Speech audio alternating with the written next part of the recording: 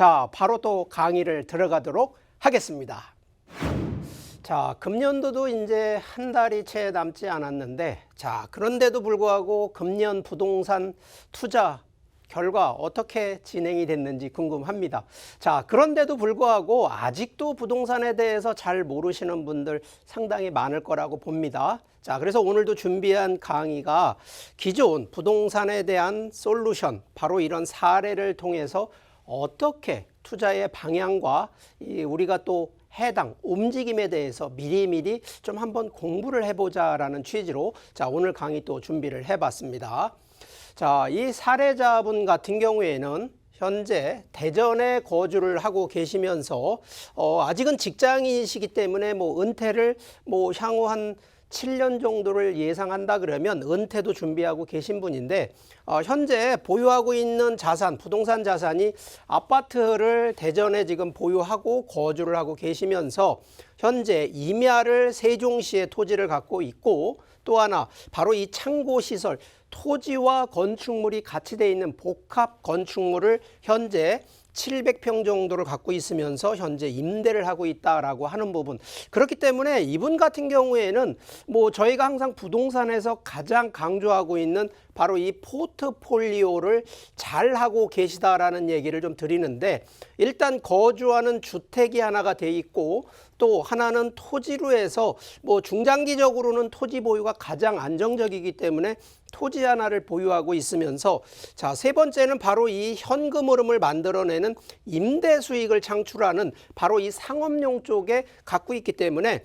큰 보유 물건이 큰 것은 아니지만 그래도 알차게 포트폴리오를 구성하고 있다는 측면으로 볼 때에는 나름대로 성공적인 부동산 투자를 하고 있다라고 얘기를 좀 드리겠습니다. 자, 이분 같은 경우에는 자, 바로 여기가 이제 세종 이 자치시가 되는데 바로 인근에 임야 토지를 또 갖고 계신 분인데, 자, 과연 우리가 그러면 이러한 토지들에 대한 부분이 그냥 보유하면서 유지하는 것이 과연 상책일까? 제 개인적으로 볼 때에는 보유 기준에 대해서는 좀 더 중장기적으로는 맞는 방법이긴 한데, 자, 이런 부분들은 제가 볼 때 하책이라고 좀 얘기를 드립니다. 자, 그렇기 때문에 그런 하책에서 조금 상책으로 넘어가는 바로 이 방법에 대한 얘기를 조금 오늘 드려볼 건데, 자, 부동산에 대한 가장 우리가 투자를 하는 부분은 결국은 가격에 대한 투자 가치를 보는 건데, 자, 토지 같은 경우는요, 자, 어느 정도 수익을 바라볼 수 있느냐, 가장 가깝게 가장 약하게 보는 것이 2배, 그래도 조금 투자를 한다 그러면 10배. 자, 이분 100배의 투자를 성공하시는 분들은 과연 이것이 가능할까라고 생각을 하시는데 실제 가능한 일이기 때문에 자, 이 사례를 한번 세종시가 개발되기 전 단계에서 어떻게 토지를 가지고 이런 수익률이 발생했을까를 간단하게 설명드리면, 2배 같은 경우에는 가장 상승 지역이 바로 신도시 개발에 되는 인접 지역에 보유하신 토지들이 보통 2배 정도가 되고요. 10배 정도 같은 경우에는 바로 신도시 주변에 전원주택을 조성하고 있는, 결국은 주택단지로 변환을 주는 쪽이 바로 10배 정도의 수익이 창출되면서 이 100배 정도 되는 부분은 신도시 안쪽이 아니라요, 신도시와 경계선 되는 바로 이 2차선 도로가 접해져 있는 바로 도시용지 지역. 자, 이런 데는 주로 주로 상업용 건물들을 지을 수 있는, 그렇기 때문에 이런 토지들, 자, 3.3제곱미터 기준으로 2배 정도는 150만 원대가 한 300만 원대 정도 기준으로 가는데, 10배 정도 되는 거는 가격대가 일단 농지라든가 임야 쪽의 토지다 보니까 20만 원대에서 200만 원대까지 상승을 하고요. 자, 이런 100배 정도 되는 거는 10만 원짜리 토지가 1000만 원이 되는 토지 기준입니다. 자, 그렇다 그러면 세종 신도시 기준으로 놓고 봤을 때 우리가 신도시 개발 안쪽에 들어가는 거는 일반적으로 들어가기는, 이 개인이 들어가기는 어렵습니다. 그래서 항상 신도시를 주변으로 도로와 연결되는 쪽에 컨셉으로 바라보셔야 되는데, 자, 기본적으로 우리가 토지라는 것이 사람과 똑같습니다. 이 사람도 이름이 있고 성별이 있고 나이가 있고 각종 성격이 있듯이 자, 이 토지 같은 경우에도 이러한 용도라든가 지목이라고 하는 부분에 나름대로 자기의 뭐 아이덴티티라고 하는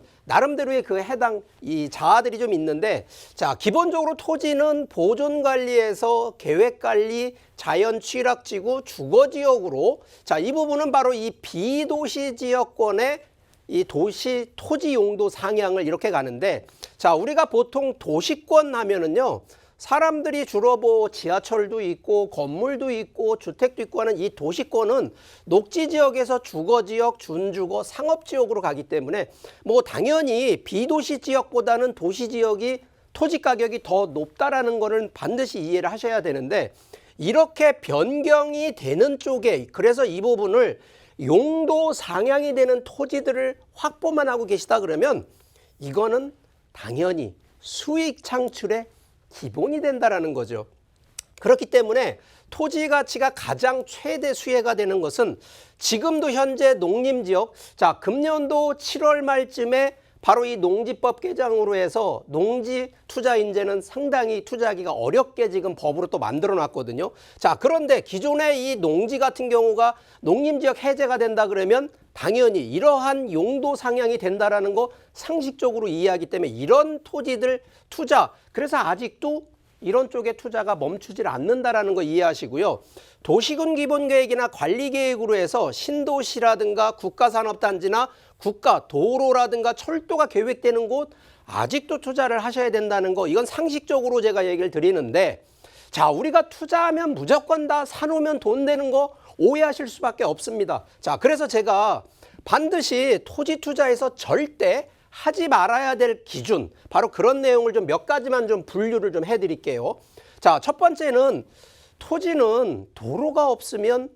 아시겠지만 맹지라고 하는 부분은 이거 상당히 토지로서의 가치가 일단 거의 없다고 보셔야 됩니다. 물론 뭐 몇 가지 특수 케이스는 있습니다만 일단 맹지는 가능하시면 투자하지 마시라는 얘기를 드리고, 현황상 도로가 있는 게 있고 지적도상 도로가 있는 게 있는데 반드시 지적도상 도로가 있는 거를 투자를 하셔야지, 현황상 도로가 있다 그래서 현장 가보니까 도로가 조금 있네라고 눈으로 확인한다 그래서 이 현황상 도로만 보고 투자하셨다가는 50대 50 복골복이라는 얘기를 좀 드릴 수밖에 없습니다. 여기에 또 이제 농지 같은 경우 보면은 옛날로 이 또랑이라고 하는 국어가 있는데 바로 이런 국어들이 접해져 있는 부분들은 이게 대부분 이 국유지 땅이거든요. 그렇기 때문에 이런 거는 점용허가를 통해서 할 수 있기 때문에 이런 거는 투자를 하셔도 되는데, 인접 토지도 내가 비록 맹지를 사더라도 혹시 도로가 들어가는 토지 바로 사용 승낙서를 받을 수 있다라고 하면 맹지라 해도 투자하셔도 나쁘진 않은데 이거 받기가 상당히 어렵기 때문에 그래서 가능하면 맹지 조심하시라는 얘기 드리는 거고,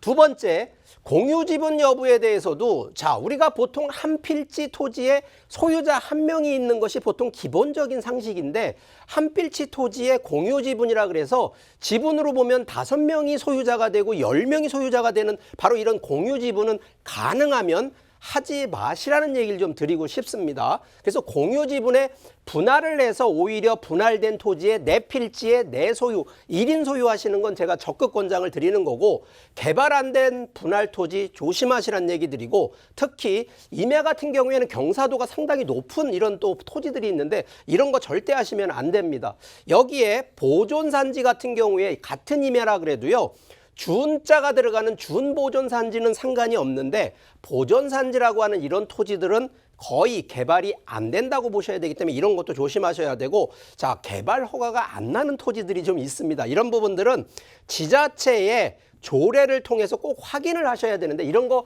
보통은 하실 수가 없다라기 때문에, 그래서 가능하면 공유지분이 있는 등기부 열람해 보시면 소유자가 몇 명이냐에 따라서 다 차이가 있기 때문에 이런 점 조심하시고, 자, 마지막은 이 규제인데 아시겠지만 자연보전 대상 토지라든가 뭐 수질보호권이라든가 이런 자연환경과 관련된 거는 거의 개발이 안 된다. 그리고 군사시설이 있는데 여기도 개발이 안 된다. 여기에 개발 제한, 가끔 그린벨트가 풀리는 해제되는 지역은 제가 볼 때 이런 거는 좋긴 합니다만 괜히 이런 거 보고 들어가시면 30년 그냥 묶여버리기 때문에 무조건 개발 제한 구역